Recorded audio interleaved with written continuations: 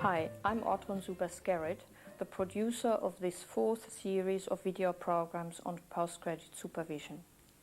As in the three previous series, the videos are not professionally staged productions, but they have been produced from simple recordings of a residential staff development program held at the Ballina Beach Resort in northern New South Wales in 1996. This year's program focuses on postgraduate supervision of NESP students, short for non-English speaking background students. I hope you will find the following video useful.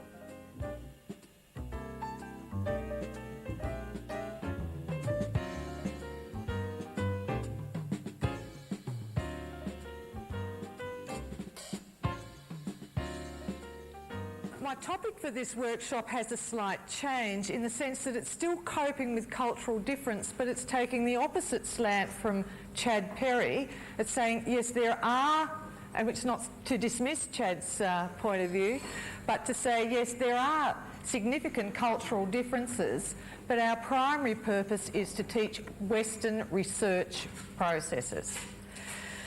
And my examples are going to come from my own experience as a supervisor of primarily Chinese students, but also Korean, Swedish. We've got a whole range of European and Asian students in our master's courses.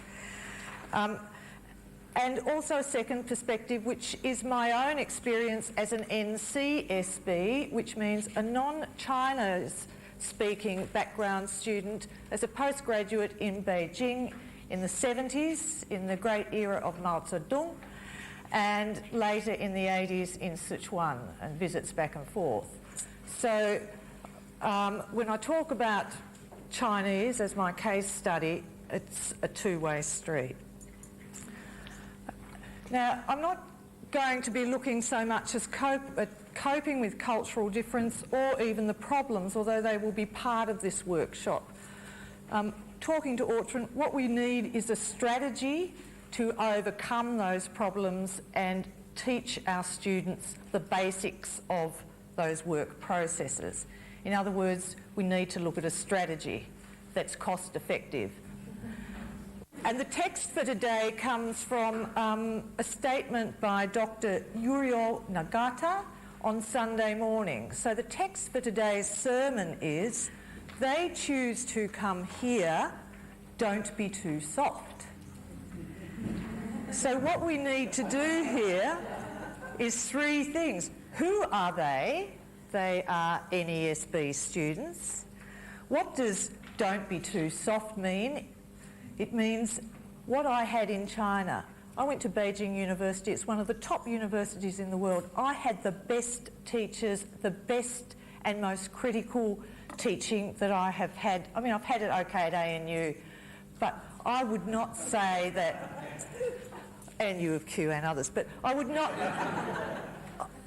I really have problems about some of the ways that we are conceptualising, particularly Asian postgraduate students.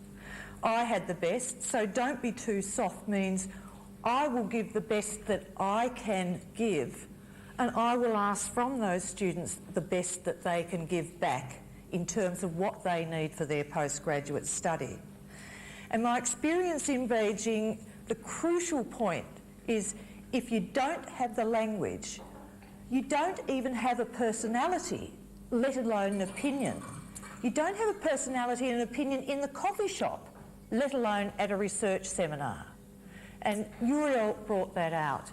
You need to have the linguistic processes to handle and communicate, and that's what research is, it's communication, to communicate complex thought processes, discuss complex thought processes, and then in an outcome, which is a seminar, a language event, and a thesis, which is a written language event, to communicate that to the peers and collaborate in the research community.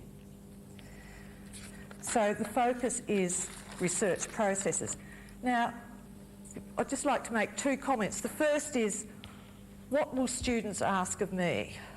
If you ask me to be a mother, well, if you ask me to be a father, I'll say no. I'm not going to be a mother either. I like being a mother, but I was in at the creation. I'm not going to look after students' housing. I'm not going to look after jobs for students. I'll give them a reference if they deserve it. I'm not going to worry about student spouses, and I'm not going to worry about passports. But if students ask me to be their mother or their best friend, which they have asked, the answer is quite categorically a no. If a student comes to me and asks me for an education, and if it is in my field, then I will say yes. But I will negotiate around what skills that student has before I say yes. And the process around negotiating and giving those students the sorts of skills that they need is not, and it comes out of the literature in the pre-conference readings, it is not to have an ad hoc, it is not to have an individualist, it is not to have an eccentric method which is really hit and miss around individual students. We have to systematise it for students so that first we improve English language levels where it needs to be improved. Secondly, and this is utterly crucial, that we clarify our own goals. What are the research processes we're asking for? Thirdly, we say what those research processes are, and using Ortron's action learning, we walk students through them.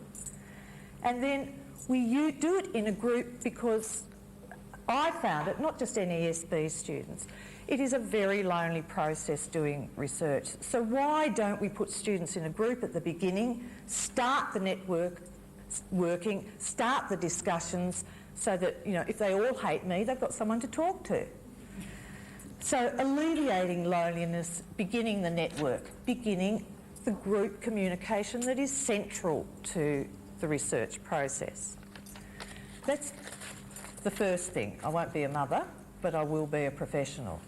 The second is that we've formulated the skeleton of an English for Research Purposes course, ERP. I've called it ERP. And I need just to make a few acknowledgements. The first is to Doug Smith here. It leads on to something that we've discussed for many years, which is having an ESL course in our faculty. We have, in our international business school, we have 43% NESB students, 26% in modern Asian studies, and a very large percentage in the masters. I also teach in the masters. It was an initiative of Nick Knight's, actually. And so it's shifting that discussion into English for research purposes for a specific group, that is the masters group. Now, I am a language teacher, but I'm not an ESL or EAP, English for Academic Purposes teacher, and for here I need to acknowledge Lynette Bowyer, who's head of the ESL courses at Griffith University. Thirdly, I need to acknowledge Ortron Zuber-Skerritt, because we talked through what I was going to do in this workshop, and she said, let's go hit the solutions. And then I told her about the research course that we were putting up, and she said, I like it, I want to be involved, we will make it the best in the world, we will make it distance, we will sell it to the world. So I got excited and I blame Ortron for that. So if we're going to be the best in the world, I don't think satisfactory is satisfactory. If we're going to be the best, we need help from you in honing what are the primary skills that you think your students need. And lastly, Nancy Viviani, but we'll come to that.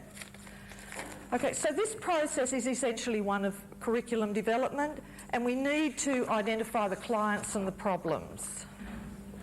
And how do you go about making these decisions? You identify your learner group, they're NESB students, you look at your general goals, you look for your teachers, match of teachers and learners. In the specific class, you ask about the needs of those learners, and then you negotiate course goals and objectives. And lastly, you design the course. So let's go into identifying the clients, the learner group, that is, who are NESB students. When we survey NESB, for example, those statistics I gave you, essentially we're saying L1, first language is English, L2, that means your second language. So we're saying English is not your mother tongue. But when I surveyed my master's students and asked who considered themselves to be NESB students, there was a German who arrived in Australia at age 3 months, and there was a Chinese student who arrived in Australia 3 months ago.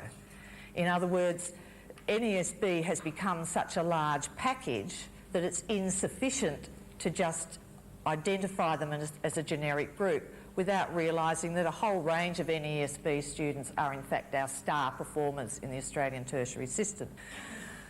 Secondly, within this group and the master's group, there are 2 culture language groups. I'm putting culture up here first. That is the European. We've got Swedish and other Swedish, German, Romanian students, but they all come from a Greco-Romano or Roman Judaic tradition. And in terms of the culture of research, that is a common culture. If you study literary theory, you read Lacan and Derrida, preferably in French. So the cultural difference of those European students is very different to the Asian students, who can be Islamic, Arabic, Hindu from India, and Indians are highly cosmopolitan, Buddhist from Thailand or Japan. Confucianism, which is what a lot of the literature talks about, is essentially talking only about East Asia. Now, and Confucianism itself I'll problematise in a sec. The reason that I say is that we have to get our own goals clear is that there's no way I can cope with that enormity of cultural and linguistic difference. So the strategy is to test the standard, the English standard of these students, maybe through certain content which might be in the register of the discipline they want to have a look at, so that we can also see the cultural abilities to handle Western research processes, but mainly to make our standards very clear in a way that these students will understand. I don't think we should drop standards, but universities are actually asking us to by taking in students because they want money that's landed in the supervisor's lap. There has to be some sort of negotiation here. Now, I've got a bit of a problem with the literature which says our standards are, we move from the reproductive to the critical to the creative to the speculative. I work in film, which is intercultural communication, and in that we look at, because film is visual, it can cross cultural boundaries.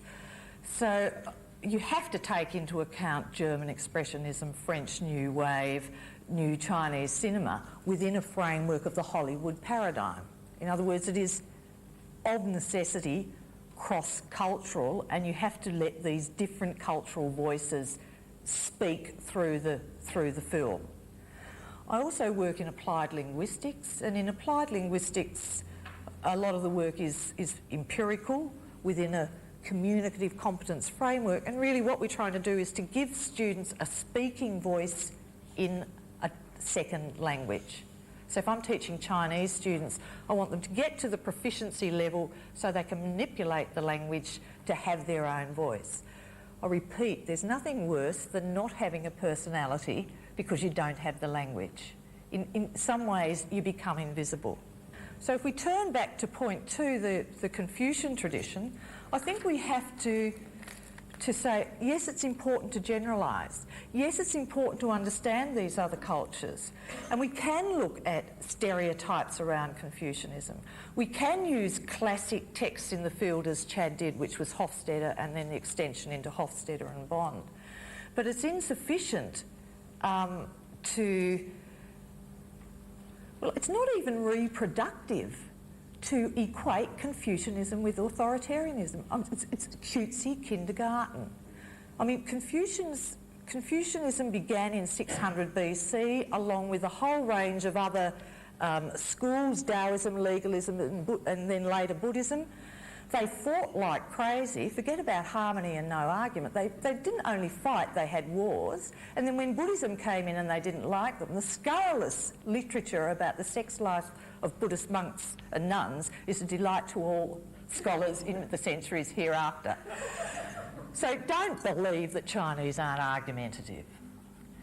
What we mean by Confucianism now is Neo-Confucianism, which is called the School of Logic, and that came about in about 1200 BC by a guy called Zhu Xi, and it was an amalgam of all those schools of thought.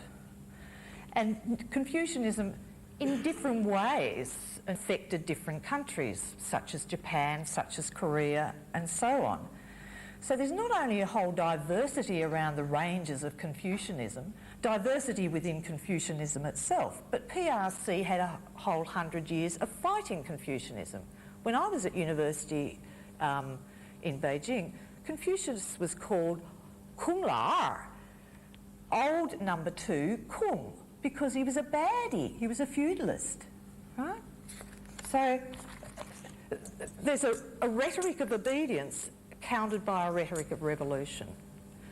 So I think we have to question whether, in fact, coming to this question, and it's a really important question of supervising NESB students, whether in fact we are not only being reproductive, but in fact reductive. Certainly we're not being critical, we're not being speculative. I've got here, throw it away. In other words, it becomes so difficult, which is why I'm saying let's move back into our own culture and do it well.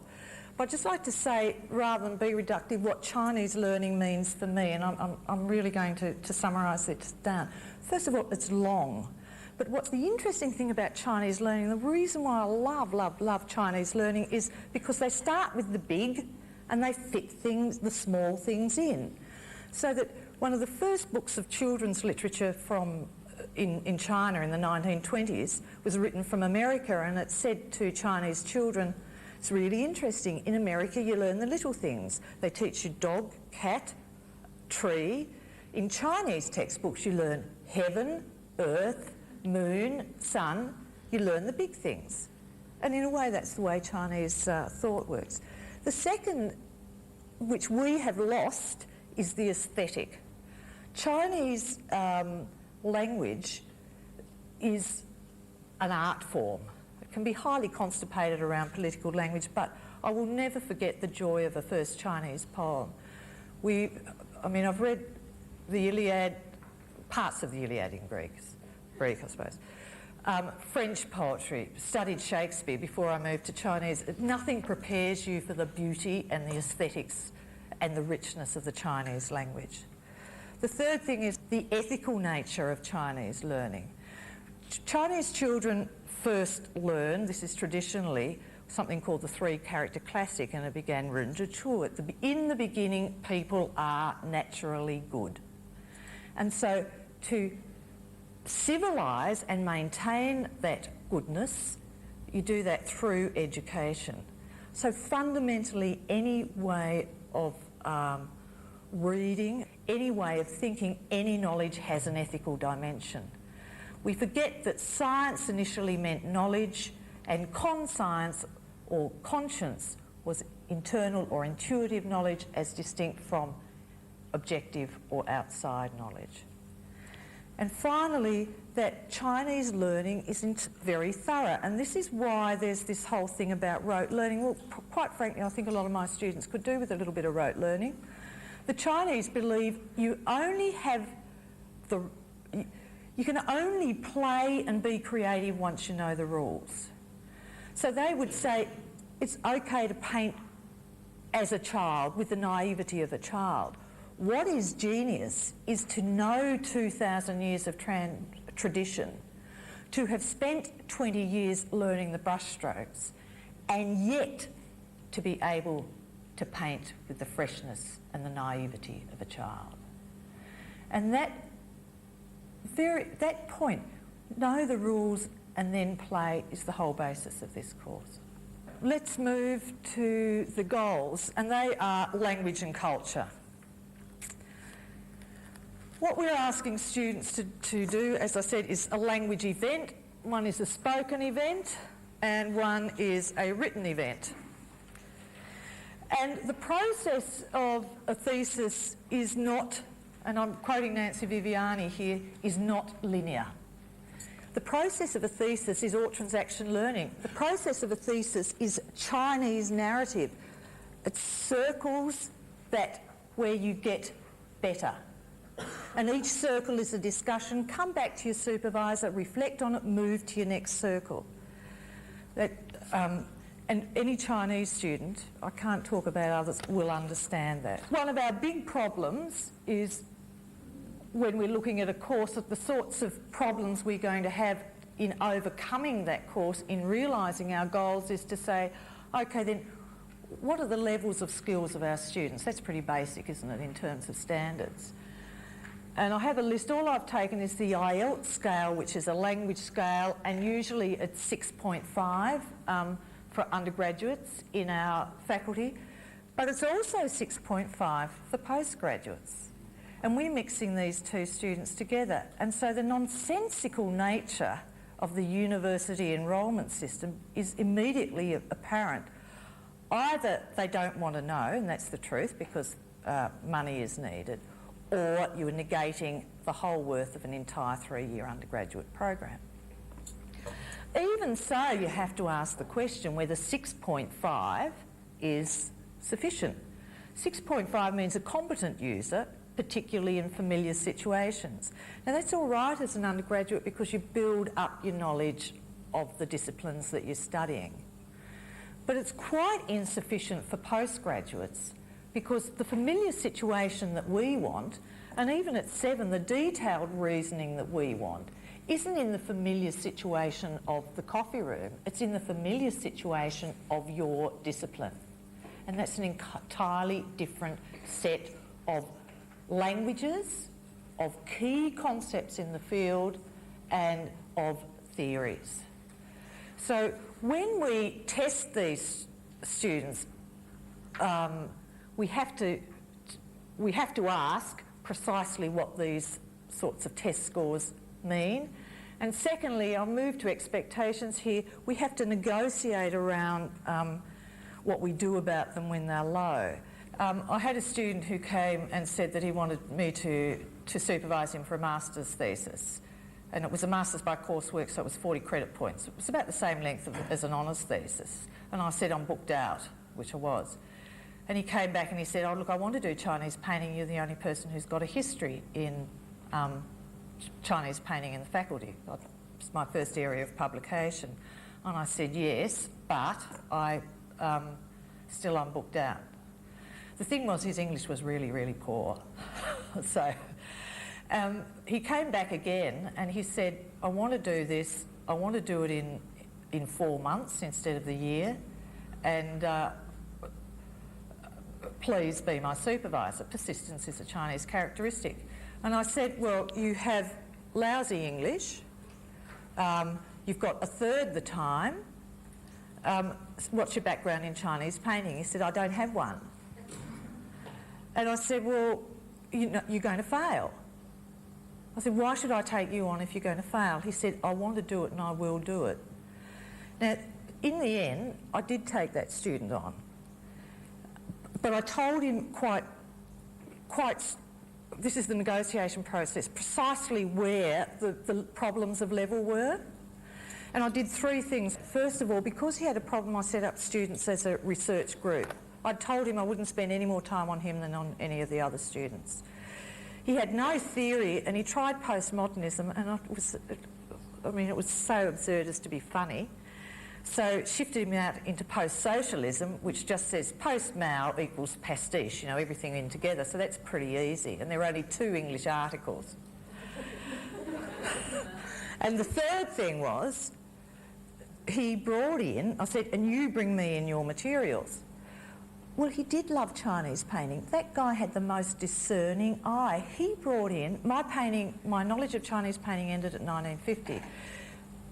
He brought in the most amazing sets of materials that he'd got from his friends in Shanghai, and we sat down, we did a textual analysis. So the third thing I said was, you do a textual analysis using Chinese sources, and there wasn't much in the West anyway.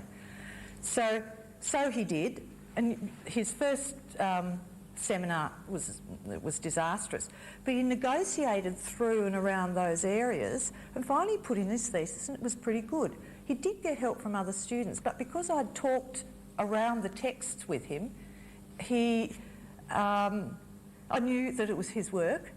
He did go for the first, that level of editing that Uriel talked about.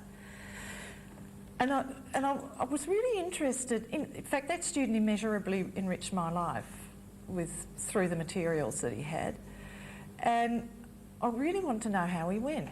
And I'd keep on going to them and saying, has his exams results come in? And it was a tough examiner. They'd say, Mary, it was only last week. Anyway, finally they came in.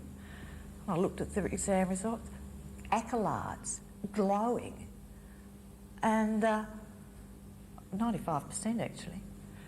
And I'd said to him, if you fail, it is not my responsibility. I didn't say, if you pass, it's not my credit. So I looked at the 95% and I thought, wow, I did a great job. So the negotiation is around the language level, the precise work he had to do when, and precisely what I would do. I wouldn't be negotiating in the same way with ESB students, although I would still want timelines and whatever. It's just that I thought this guy was a dead cert for a failure. Okay. This is Ballard and Klansky, and I'm taking out the Chinese to say they've noted technical problems and independent research. And really the emphasis that they're talking about is independent research.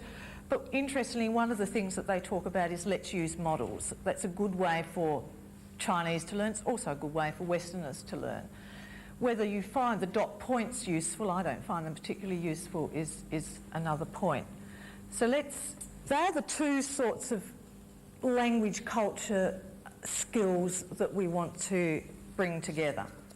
Through communication, that is a language event. Now these are the goals. So as I've said, the goal is communication. We want them to learn how to learn. Now Chinese are critical. Chinese are also pragmatic. In Sichuan, a professor was teaching all of critical literary theory, and the Chinese students found it quite difficult. Well, Lacan is quite difficult. And it was just before Christmas, and it was the whole course was about to break. So he sat there and he told them the Christmas story. He said, Gabriel came and told Mary that she was going to have a baby. There was a virgin birth. Joseph had a bit of a problem, but Gabriel talked to Joseph. The baby was born in a stable, and this event, which we are celebrating tomorrow, is one of the core texts, one of the core events that has shaped Western tradition. We gave him a lot more detail than that. And then he was a highly renowned professor, and besides that he had access to the consulate, which meant passports to America. And he said, well, what do you think about it? And there was silence, and he asked again, and they said, we think it's a very, we, the class, one student said, think it's a very interesting story, but we suspect Joseph. Critical thinking. Okay, so it's there, it's just tapping into it. These are the sorts of areas, but making communication is the main goal.